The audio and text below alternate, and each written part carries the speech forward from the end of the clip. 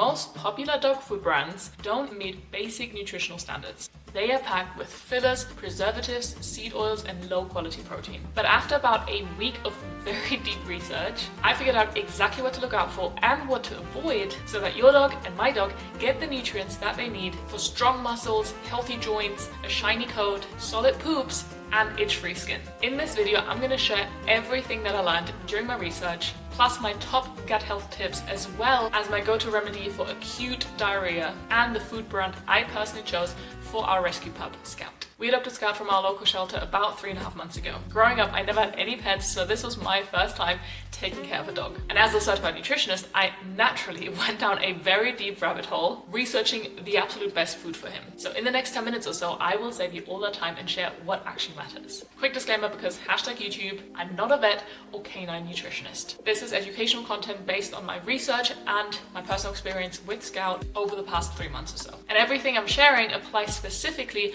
for healthy adult dogs. If your dog has specific health conditions, allergies, or special dietary needs, always consult your vet first. But during my research, I came across Dr. Amber Ray, DMV, who's a small animal practitioner and who developed the food scoring system. She also has a ton of videos evaluating and reviewing different food brands and different food lines, along with a lot of dog nutrition tips specifically over on her channel. So I'm going to link that below if you want to dive deeper. But here's what I've learned and what you need to know from her pet food scoring system. Step number 1 is to check the life stage. First, we want to look at whether the food is for all life stages or tailored to your dog's specific age. Because what's important is that you don't actually want the all life stages dog food. Puppies, adult dogs, and seniors have completely different nutritional needs. And the all life stage foods are formulated to meet the requirements of the most demanding life stage, which is pregnant, lactating, and growing puppies. So when you go out and buy all life stages food, you're essentially feeding your adult dog puppy food. And that is not what we want.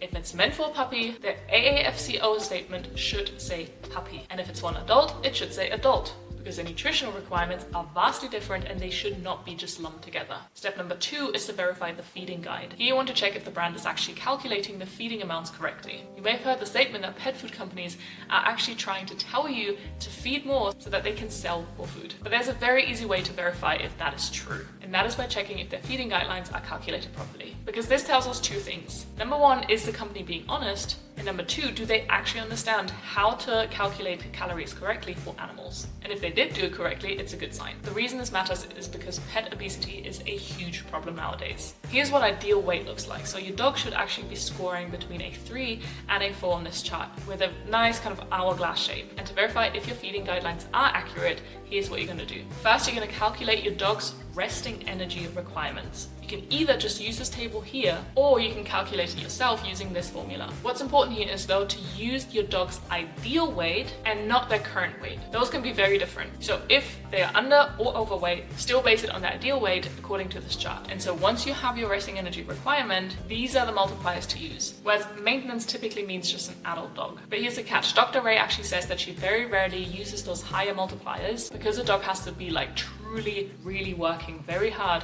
in order to qualify as an active dog. We're talking police dogs, military dogs, sled dogs, hunting dogs, truly working dogs. On the contrary, majority of dogs that we know are not as active as you think. Just because you take them on a couple walks around the block or have them play for about an hour at the dog park does not make him active. So let me show you this with Scout as an example. So he's at his ideal weight according to our vet, which is about 54 pounds. So his resting energy requirement is about 783 calories. We then multiply this by 1.5 since he's an average neutered adult dog. And what we get is then 1,174.5 calories per day. Now here's why calculating this yourself is absolutely crucial, because feeding guides on food bags aren't always accurate. On our food example, it states 3,862 calories per kilogram or 439 calories per cup. So if we then calculate this for Scout, this comes to 2.7 cups per day or 304 grams per day. Here's a quick cheat sheet for calculating this yourself. And then you can compare that to what it states on your food bag and you know whether it's accurate or not. And by the way, ideally you want your dog food's calorie density to sit between 3,500 to 4,000 calories per kilogram. Ours hits 3,862, so we're right in that sweet spot. And as for treats, I don't usually account for them because Scouts doesn't really get that many. But if he gets a frozen Kong, for example, with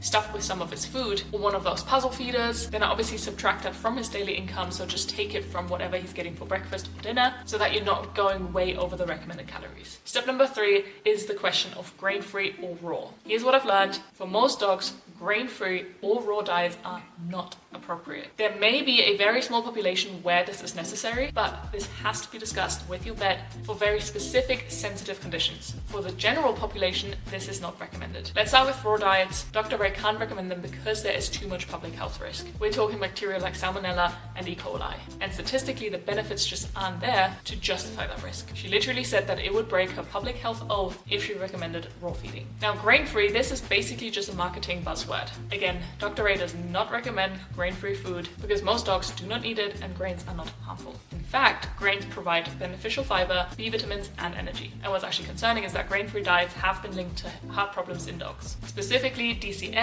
and especially in foods that rely on peas and lentils as substitutes. So the bottom line here is, unless your dog has a medically confirmed grain allergy diagnosed by your vet, a balanced diet with grains is safer and better studied. Step number 4 is the nutrient analysis on a dry matter basis. So once you found a food specifically for adult dogs, you need to check the nutritional guidelines. Just like human food, dog food provides a nutritional table. But here's the thing, we're not going to look at a guaranteed analysis on the packaging. What we want are the values on a dry matter basis because the numbers are very different. Here's why. The guaranteed analysis on the packaging includes moisture content, which naturally skews the numbers.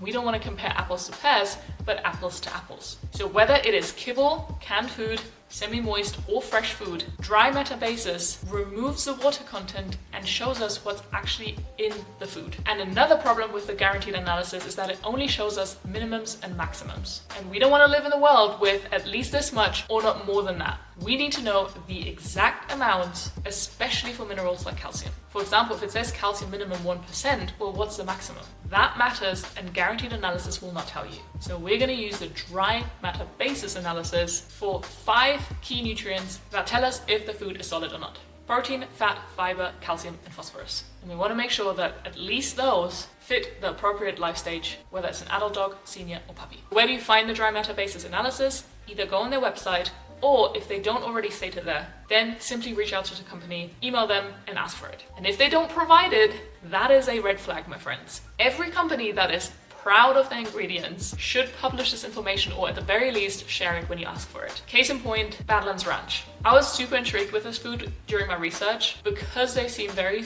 natural and healthy online and everything, but I never received that table from them, even after I emailed them a couple times. So I decided against them. So once you have your table, all you want to do is verify the numbers by cross-checking against this table. These are the optimal nutrition values published by the Small Animal Clinical Nutrition Association. I will link the textbook below if you want to go all in, but basically this is the table that you need. And the last thing that Dr. Ray emphasizes in the scoring system is the AAFCO statement. This tells you 2 very important things. Number 1 is, has the company done feeding trials to verify that the diet performs the way they claim? Meaning, have they fed it to dogs and actually done a trial to see if it kind of holds up to their claims? And number 2, has it been formulated to meet the dog nutrition profile for the correct life stage? So just make sure to check for both of these as well. And now that you know everything to look out for and what to avoid, you can go out there and do your own research. But of course, I also want to share what we found to be best for our dog after going through all those 5 steps, because honestly, I was shocked to see how few brands actually ticked all these boxes. You would like to think more, but it was barely any. And of course, none of this is sponsored, and I will link Dr. Ray's complete review video down below on this specific food. But after all this research, I settled on Halo Holistic. Here's why and what boxes it checked. It's formulated specifically for adult dogs, not all life stages. It contains healthy grains, It's not raw. The protein is slightly over the ideal range, but still quite minimally, and all the other parameters are right on target. The minerals are also very low, which is amazing, especially with calcium. Dr. Ray said that she rarely sees diets this close to that ideal 0.5% range. So the only thing that it didn't have is a feeding trial, which I would love to see as well, but at least it has been found to meet the AAFCO dog food nutrient profile, which is still solid. Other products and brands that I've also found have scored pretty well on this pet food scoring system are these, but please do your own research to make sure that they work for your dog. And now to some quick fire extra tips. Wet or dry food? I think this is a personal choice. I personally don't want wet dog food in the fridge. As much as I love Scout, I just can't stand the smell of it constantly just lingering on our food. So unless our vet specifically tells us to switch, kibble it is. And as I mentioned before, the good news is that as long as you go for the dry matter basis values, you can apply the same analysis to wet food just as well. What we do is we mix this kibble with a little bit of warm water, about 95 to 100 degrees Fahrenheit, roughly a quarter cup water to a cup of food. This makes it just easier to digest and kind of ups his water intake as well, which is important because sometimes he just doesn't care about drinking enough. And now onto some bonus tips from my personal experience, so take it with a grain of salt. Do your own research. This is just what worked for us. Number one, don't change the food too often. Made that mistake, won't ever do it again. Dog stomachs are way less adaptable than ours. So what we did, we started on Purina and then transitioned to Halo Holistic. But in a relatively short amount of time after he'd just come from the shelter where they again fed something else. So just try and avoid it. Find a brand that works and then stick with it. And when you do switch the foods, mix the old one with the new one for 7 to 14 days instead of going cold turkey. And you can rotate protein sources every 4 to 6 months if you want. So for example, we're currently feeding the Halo Holistic salmon recipe and then might switch over to chicken in a few months. But again, always transition properly. Number two is avoid mixing protein sources. The Scout was actually doing pretty fine with his digestion, but over Christmas he ate an old bone and likely got a mild bacterial infection. His stomach became super sensitive, and then giving him chicken or beef treats while feeding him the salmon kibble was too much for his digestion. So if you're feeding salmon as your main protein, or beef or chicken or whatever, use the same protein source as your treats. Keeping it consistent could make a big difference in your dog's digestion. Number three is feeding twice a day. This of course depends on your individual dog, but we found that 3 meals a day wasn't ideal for his poops because his stomach was constantly digesting. So feeding twice a day,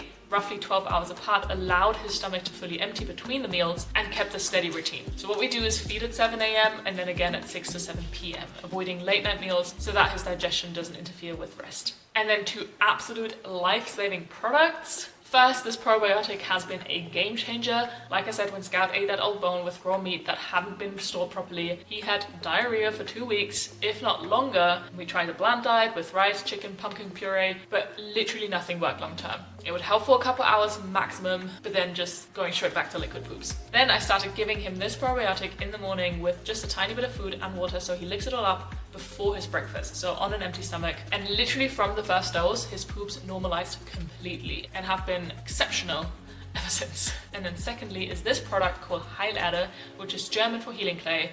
Now this one is actually for humans, not dogs specifically, so take this as a personal experience with a grain of salt, but it does wonders for us. In my head it makes sense because it's similar to dogs eating grass or dirt in the wild when they have an upset stomach. And so what I do is I use a probiotic for bacterial infections or longer term issues. But if Scout randomly has diarrhea short term after getting into something weird on our walks, nothing super apparent, just something that needs to kind of work its way out, I add a quarter to half a teaspoon, so really not much, of this product to his food, and it typically goes back to normal after the first dose. So again, two products that absolutely saved our lives, because getting up night after night, 3 to 5 times a night, go downstairs, open the door, let him out, be in the freezing cold, you're wide awake, can't go back to sleep. It's great. I love him. I happily do it, but if I can avoid it, I absolutely will. And now it just sleeps through the night, and happy days for everyone. And now going back to humans, if you think that you're gluten tolerant or insensitive and you want proof that you're probably not and that there is a way to go back to eat gluten again without any bloating, cramps or problems, then check out this video next. Thank you so much for watching. I'll see you over there. Bye.